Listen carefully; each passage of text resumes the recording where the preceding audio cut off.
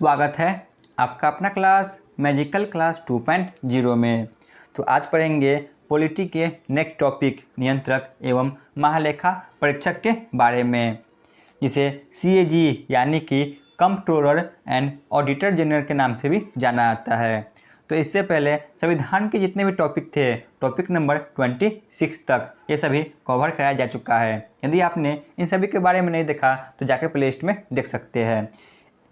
तो इन सभी के लिंक जो कि डिस्क्रिप्शन में आपको मिल जाएगा। तो आज पढ़ेंगे जो कि पॉलिटी के 27 टॉपिक को, CAG एवं नियंत्रक और महालेखा परीक्षक के बारे में। चलिए इनके बारे में पढ़ना शुरू करते हैं। तो सबसे पहले जान लेते हैं नियंत्रक महालेखा परीक्षक का जरूरत क्यों पड़ी।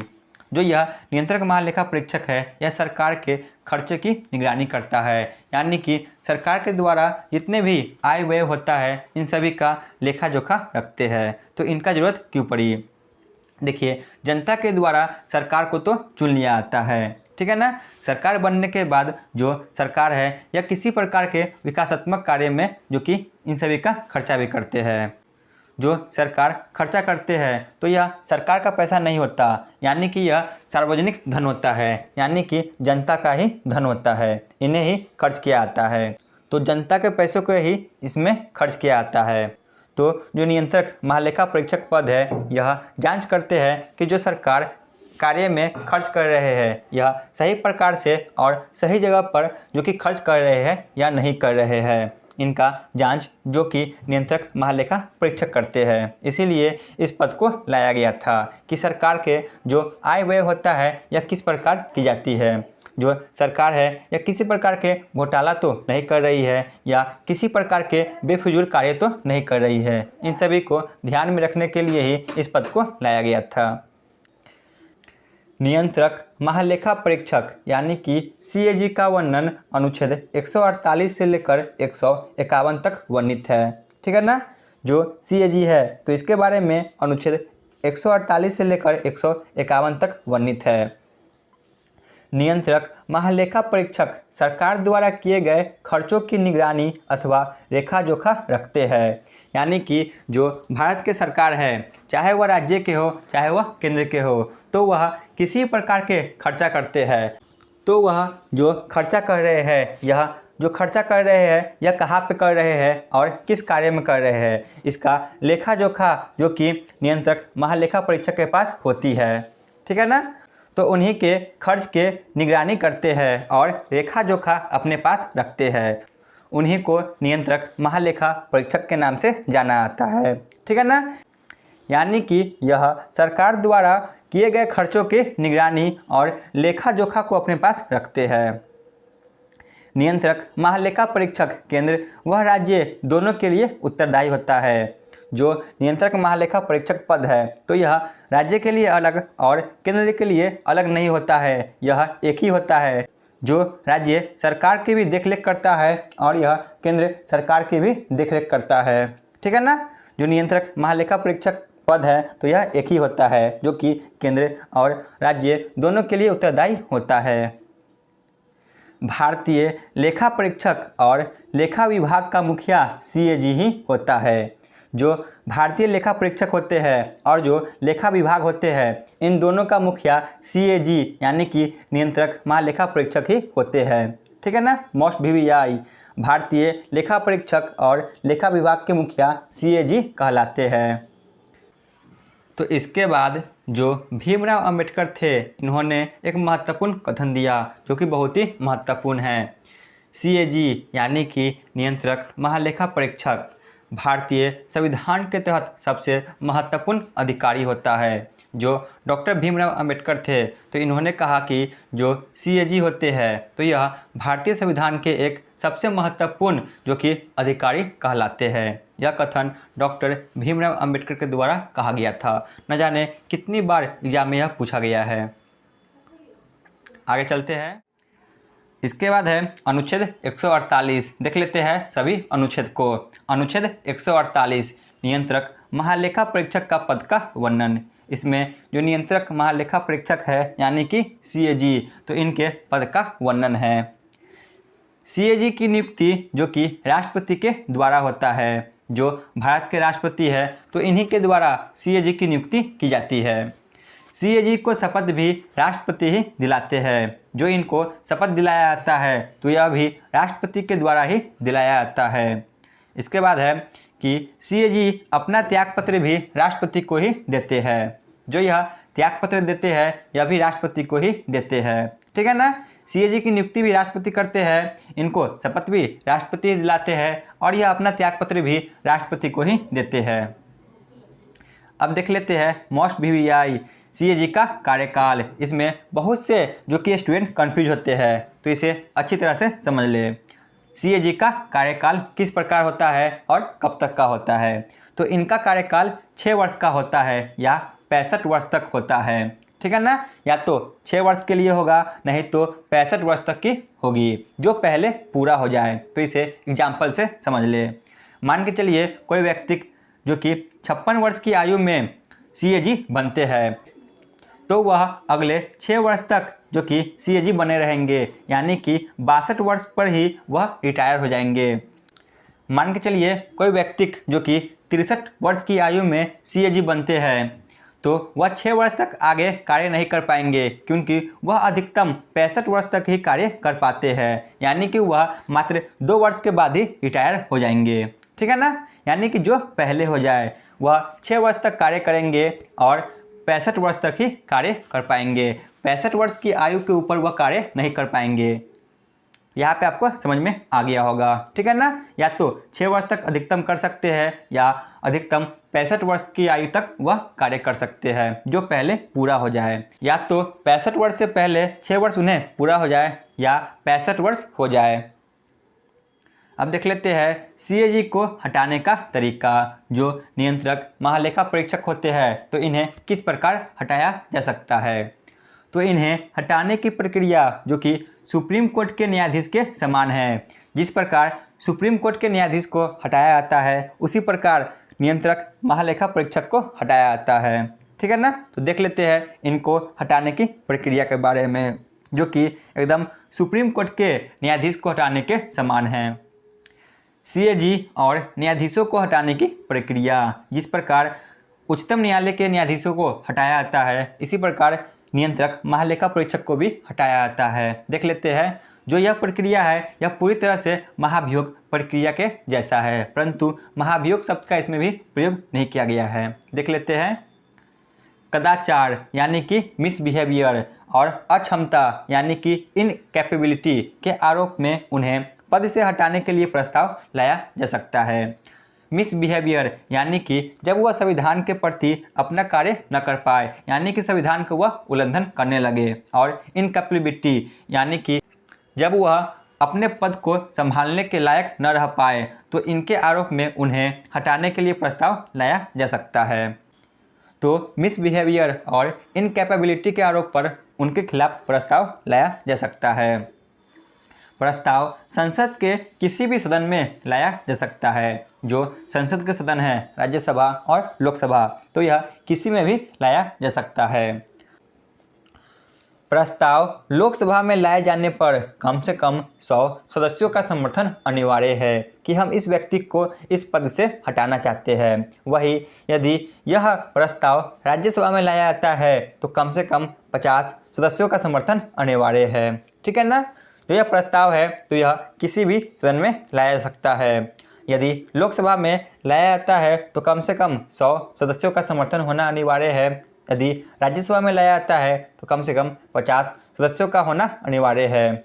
उसी के बाद यह प्रस्ताव आगे बढ़ सकेगी। तो इसके बाद संबंधित सदन यानी कि जिस सदन में लाया जाएगा, तो इसके अध्यक्ष द्वारा आरोपों की जांच की जाएगी, ठीक है ना। जो नियंत्रक महालेखा परीक्षक पे जो आरोप लग रही है यह सही है या गलत है।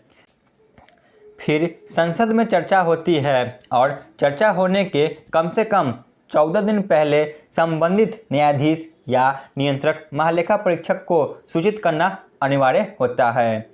यानी कि संसद में चर्चा होने से पहले ही उन्हें 14 दिन पहले सूचित किया जाता है कि आप पर यह प्रक्रिया लाया जा रहा है।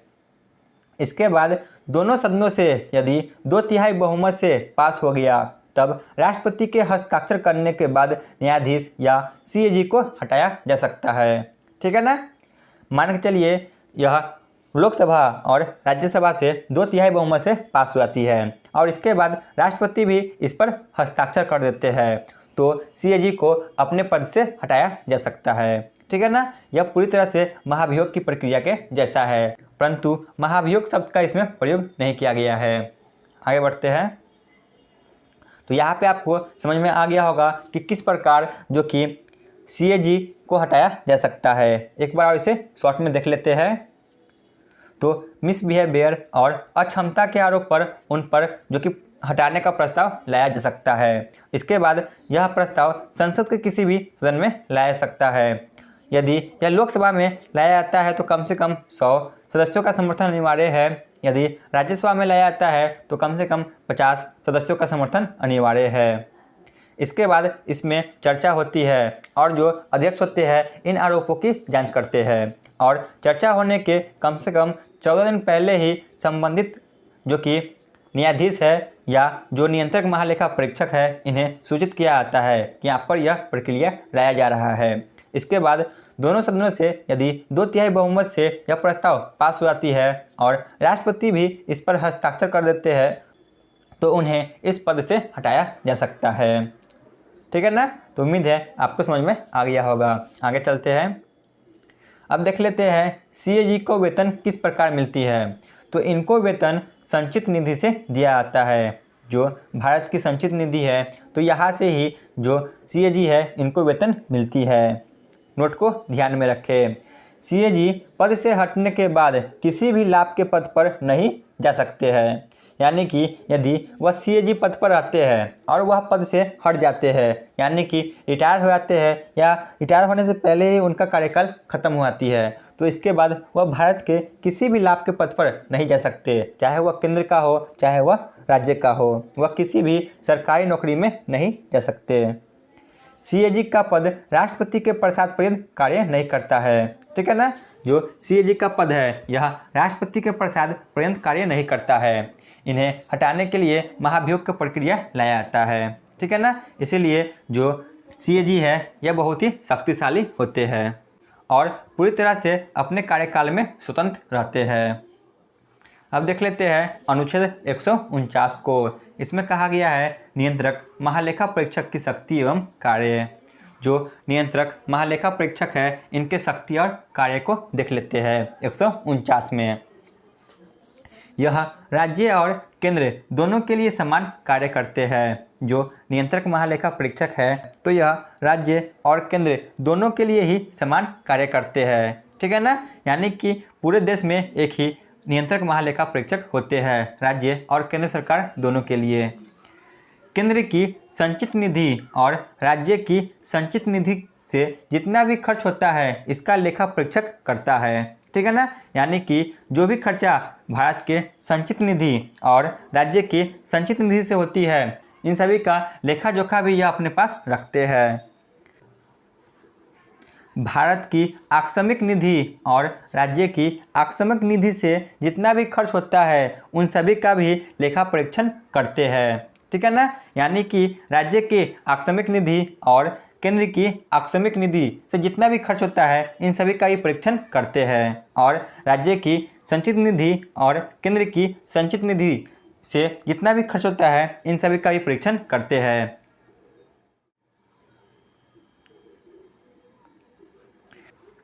यह सभी सरकारी कर्मचारियों के खर्चों का भी जांच करते हैं। ठीक है ना। जो सरकारी कर्मचारी होते हैं और जो इनको पैसा मिलते हैं इन सभी के खर्चों का भी यह जांच करते हैं। यह सरकारी खरीद एवं बिक्री का भी जांच करते हैं। जो सरकारी खरीद बिक्री होती है इन सभी का भी यह जांच करते हैं। तो यह सभी थे इनके कार्य एवं शक्ति। इसके बाद है अनुच्छेद 151। इसमें कहा गया है सीएजी अपनी रिपोर्ट राष्ट्रपति और राज्य के राज्यपाल को देते हैं। जो सीएजी है यह अपना रिपोर्ट जो कि राष्ट्रपति को देते हैं केंद्र स्तर पर और राज्य स्तर पर यह राज्यपाल को देते हैं। जो अपना रिपोर्ट होता है यानी कि सरकार किस प्रकार कहाँ पे किस काम में कितना खर्चा किया है इन सभी का रिपोर्ट केंद्र के लिए राष्ट्रपति को देते हैं और राज्य के लिए यह राज्यपाल को सौंपते हैं। इसके बाद राष्ट्रपति ये रिपोर्ट संसद के समक्ष पेश करते हैं, ठीक है ना। जो राष्ट्रपति को रिपोर्ट मिलती है तो यह संसद के समक्ष पेश करते हैं। वही जो राज्यपाल को यह रिपोर्ट मिलती है तो यह राज्य के विधानमंडल के समक्ष पेश करते हैं, ठीक है ना। और जो CAG अपनी रिपोर्ट देते हैं तो इनका जांच लोक सेवा समिति करती है, ठीक है ना, कि जो CAG ने अपना रिपोर्ट दिया है यह सही है या गलत है। तो इन सभी का जांच जो कि लोक सेवा समिति के द्वारा किया जाता है। और जितने भी प्रकार का घोटाला होता है जैसे कि 2G घोटाला, कोलगेट घोटाला, इन सभी का जांच भी जो कि CAG के द्वारा ही किया जाता है। तो यहाँ पे हमारा थ्योरी क्लास समाप्त होती है। चलिए चलते हैं प्रीवियस ईयर क्वेश्चन पे। पहला प्रश्न है, नियंत्रक महालेखा परीक्षक का वर्णन किस अनुच्छेद में है। जो CAG है तो इनके पद का वर्णन किस अनुच्छेद में है। तो ऑप्शन सी अनुच्छेद 148। क्वेश्चन नंबर 2, किसने कहा कि CAG भारतीय संविधान के तहत सबसे महत्वपूर्ण अधिकारी होते हैं। तो option D doctor Bhimrao Ambedkar ने। क्वेश्चन नंबर 3, नियंत्रक महालेखा परीक्षक की नियुक्ति कौन करता है। तो ऑप्शन बी राष्ट्रपति। क्वेश्चन नंबर 4, नियंत्रक महालेखा परीक्षक को शपथ कौन दिलाते हैं। तो यह भी राष्ट्रपति ही दिलाते हैं, ऑप्शन बी। क्वेश्चन नंबर 5, नियंत्रक महालेखा परीक्षक का कार्यकाल कितने वर्ष का होता है। तो इनका कार्यकाल जो कि ऑप्शन बी 6 वर्ष या 65 वर्ष, जो पहले पूरा हो जाए, ठीक है ना। क्वेश्चन नंबर 6, CAG केंद्रीय सरकार का रिपोर्ट किन्हें सौंपते हैं। जो CAG है तो यह केंद्रीय सरकार का रिपोर्ट जो कि राष्ट्रपति को सौंपते हैं और राष्ट्रपति यह रिपोर्ट संसद में पेश करती है। क्वेश्चन नंबर 7, CAG राज्य सरकार का रिपोर्ट किन्हें सौंपते हैं। तो यह राज्यपाल को सौंपते हैं और राज्यपाल इस रिपोर्ट को विधानमंडल में पेश करती है। तो आज का क्लास यहीं पे समाप्त होती है। आप लोग कमेंट में जरूर बताएं कि आपको यह क्लास कैसा लगा, और आपको यह क्लास अच्छा लगा हो तो आप लोग चैनल को अवश्य सब्सक्राइब कर लें। धन्यवाद।